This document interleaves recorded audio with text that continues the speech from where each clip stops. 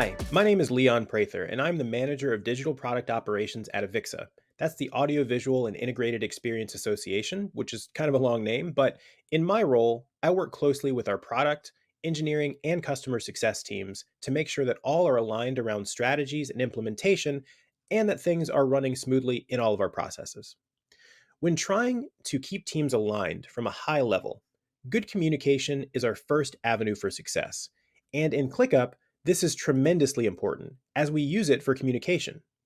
While it's often easiest to think of ClickUp as a work management tool or a project management tool, what I found over the years is that its primary function can actually be to serve as a communication tool.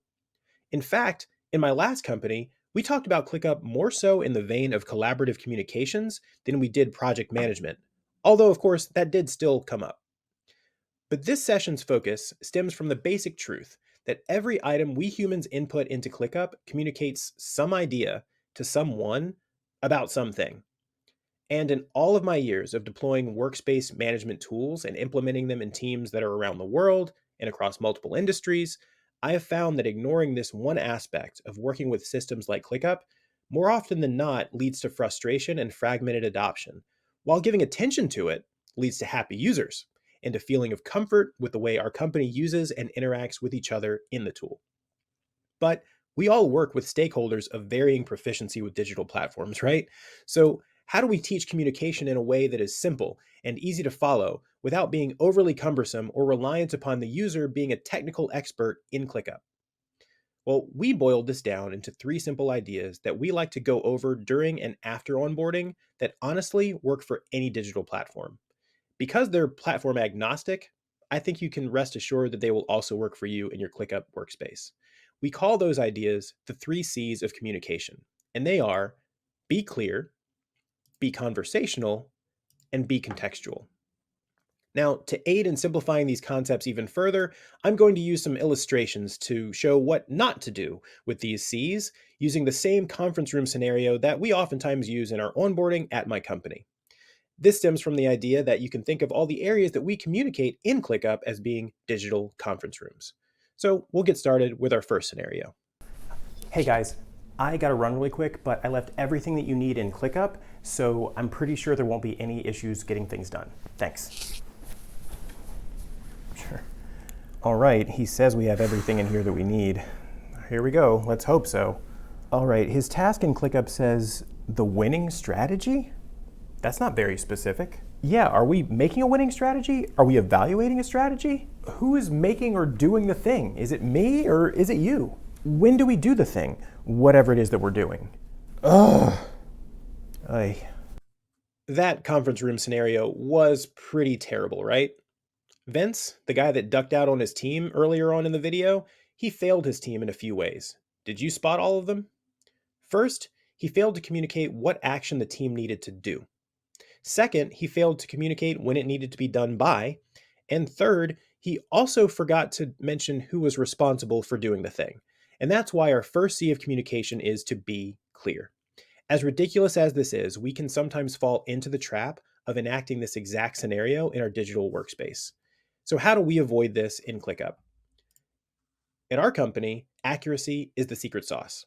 The ingredients to that sauce are task names, descriptions, dates, statuses, and assignments. We'll look at the first one, task names. This is your first opportunity to make or break the communication efforts for your team. It communicates what needs to be done. A well-written task name for us is descriptive, concise, and unambiguous, and it makes the biggest impact when trying to be comprehensible and easy to understand. But task names don't work on their own. We also have descriptions. Encourage your users to think of descriptions as being best used to give additional context or describe how to execute the task. And these things don't have to be super detailed, but they should be as detailed as is necessary for the work that's being completed, all the way from start to finish. The next ingredient are dates. We're not talking about the dried fruit here. We're talking about start and due dates.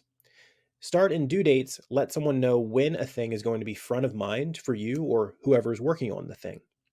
Treat these due dates not as pieces of data, but as promises to yourself and to others. We have the idea of Christmas being on December 25th every year. That would be the due date.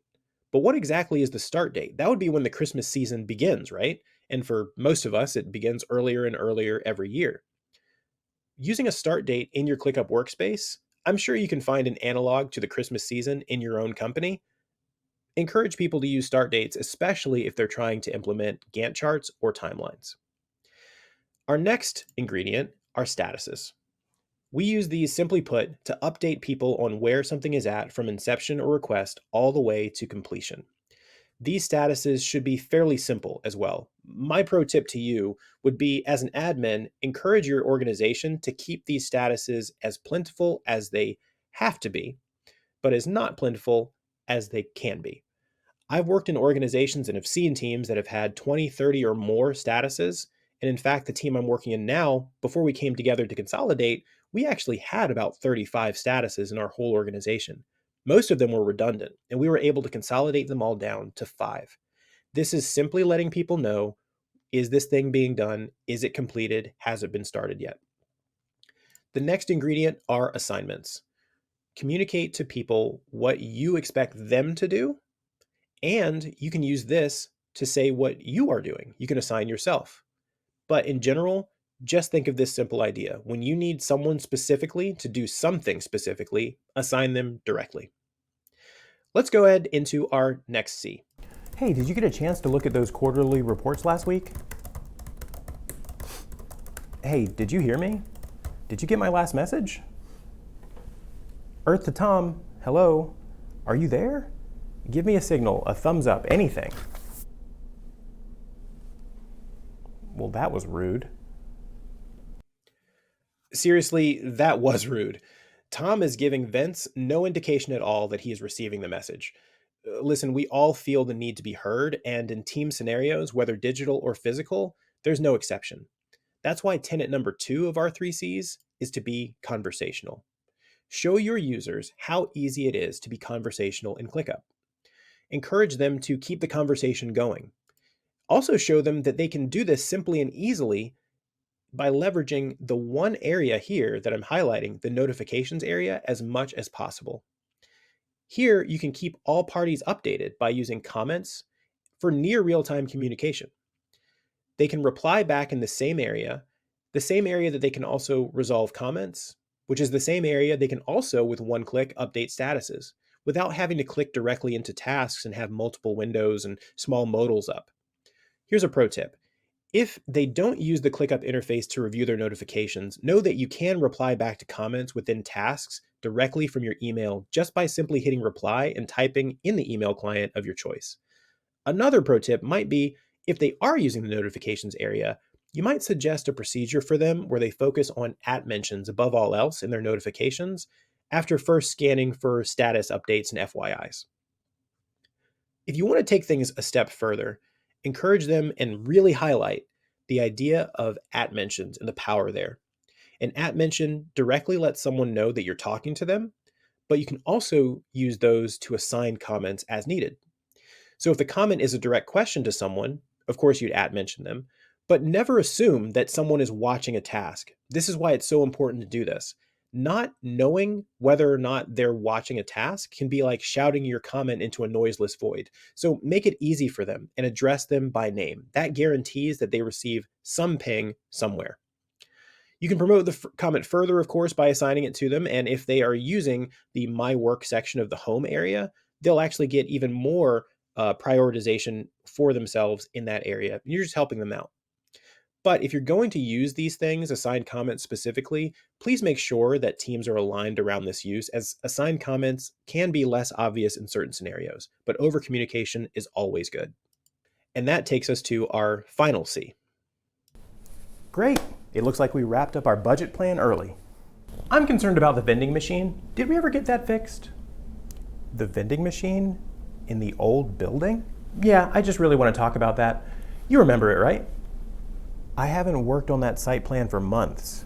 Maybe you could just share the document with us again, and in the meantime, perhaps we talk about this in our site planning meeting next week. Nah, I want to talk about it now. Also, I want to talk about the spreadsheets and the quarterly reports and the new video launch and the user testing we need to do tomorrow and some mobile app development. Do any of those things have anything to do with the budget meeting? Or the vending machine? No. Why?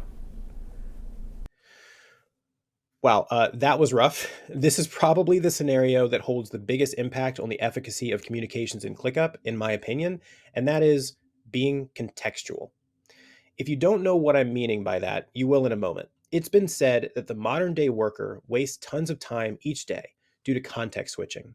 It can take us 10, 15, or more minutes to actually catch up from subject to subject, though we might fake it till we make it. We all know what it's like to run from one conversation or meeting into the next with no time to reset our brains from the last task to the task at hand. And what's funny is we wouldn't actually do in physical, real life what Tom did here, blurting out random bits of information about random unrelated things. Those conversations he wanted to have, however important they might have been, were all misplaced and mistimed. So be a good neighbor in ClickUp by helping protect against the perils of context switching. Keep conversations grounded in the right places. Ask yourself, what task is this comment related to? What list is this comment related to? Encourage users to resist the urge to carry on multiple conversations in the same thread, as we have seen in the days where email was our only option for digital communication, and our neighbor, our teammate, our coworker would reply all to everybody in the middle of an email thread about something that wasn't quite relevant. You might also encourage users to adopt the one topic, one comment rule. But when needed, if you need to reference another conversation from another task or document, you can do that easily in ClickUp by helping people not have to go hunting for the links related to those old projects that you're thinking of, by simply adding a reference in the comment to the document or task that you're thinking about. This can be done super quick by using the at, and ats. Double ats bring up the task menu, and triple ats bring up the docs menu. Once you've done that, your members, your users on your team, are just a click away from the context that you are trying to focus on without having to get lost in a sea of lists, folders, documents, and spaces. So, where does that leave us? We've now got these three C's, right? Be clear, be conversational, and be contextual. These three C's, these three tenets, are the simple building blocks of what I think is a very revolutionary and impactful framework that you could use in your ClickUp. It may be obvious to you, but I want to leave you with something. If you are an admin in ClickUp, some of this may be obvious, but it may not be as obvious for your users. And it may feel sometimes like you're a bit of a lone wolf because you're probably one of few people who are hands in the system of ClickUp, building it for your whole organization, regardless of the fact that you probably also have buy in top down on everything that you're doing. When you're implementing this, while it might be super easy for you to catch, it may not seem to people to be super easy when they first want to try these things out. But because you are in no small part trying to institute change in the organization, remember you can't do that by yourself. So, my encouragement to you is have an alliance, have an ally, have a few allies or some buddies.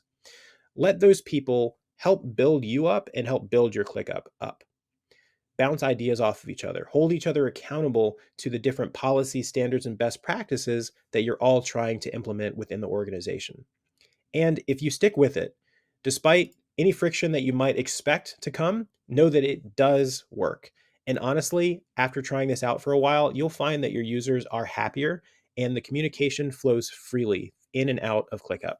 So that's all I have. So happy ClickUpping and happy communicating.